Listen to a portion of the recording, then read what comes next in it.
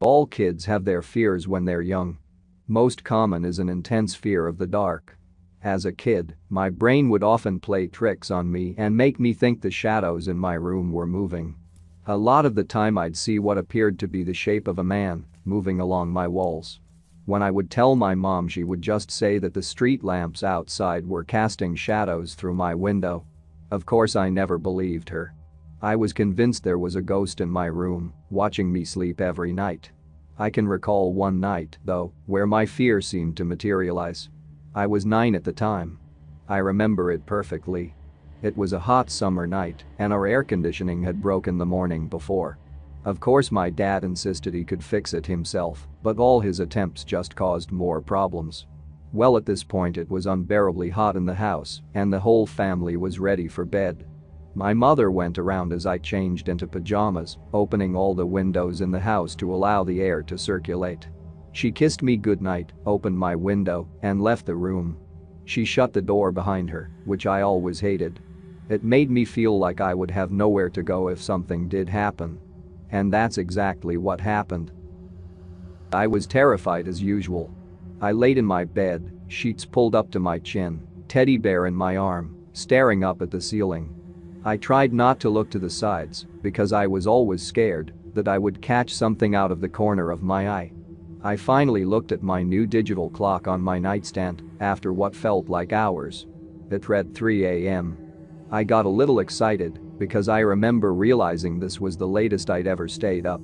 In my excitement, I made the mistake of relaxing and turning my back to my door to face the wall.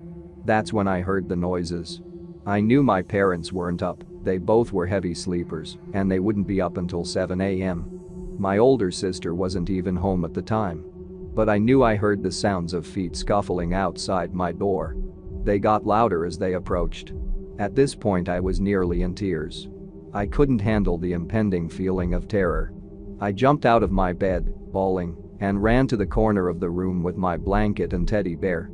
I pulled it up over my head and held Teddy close, shaking and sniffling. Then, the door creaked open. I could see through the light sheet a bit, unfortunately. A tall, shadowy figure stepped into my room. He stopped and looked around and looked puzzled when he saw the window. I tried to muffle my crying the best I could as he walked past me and shut my window. That's when I realized I had no place to run, and I couldn't keep my crying quiet any longer. He heard me and spun around. The figure started to step towards me. I looked away and buried my knees into my face. I felt the sheet get ripped off me. I didn't dare look up. Then I heard his voice.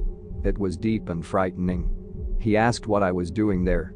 I didn't answer and he seemed to get angry. He asked again with a hint of malice and grabbed me by the arm to pull me up. I fought back. I fell over onto my side as he attempted to pull me up. I kicked and screamed until I finally gave up and opened my eyes. He was gone. My mom and dad were running through my doorway. After I calmed down, I tried to explain what I saw, but of course they told me it was just a dream and sent me back to bed. I didn't sleep that night, but it was the last time I ever saw him. I'm 22 years old now. My parents moved into a larger house, and my sister is off in California, doing her own thing as she called it, when she was a teenager, so I was given the house to call my own. So about a week ago I returned from a trip to the beach with a few friends I went to high school with. It was fantastic, and I was nice and relaxed and ready for a nap when I got home. I pulled into the driveway sometime in the early morning, grabbed all my bags, and fumbled with my keys at my door. When I got inside, everything seemed all right for the most part.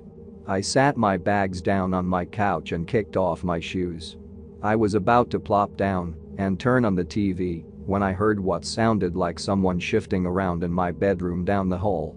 My door was locked when I came in, so I wasn't too worried. Probably just hearing things, I thought. Nonetheless, my curiosity got the best of me, and I slowly headed down through my hallway to my bedroom. As I walked, I could hear more of that same shifting noise. Almost as if someone was laying in my bed.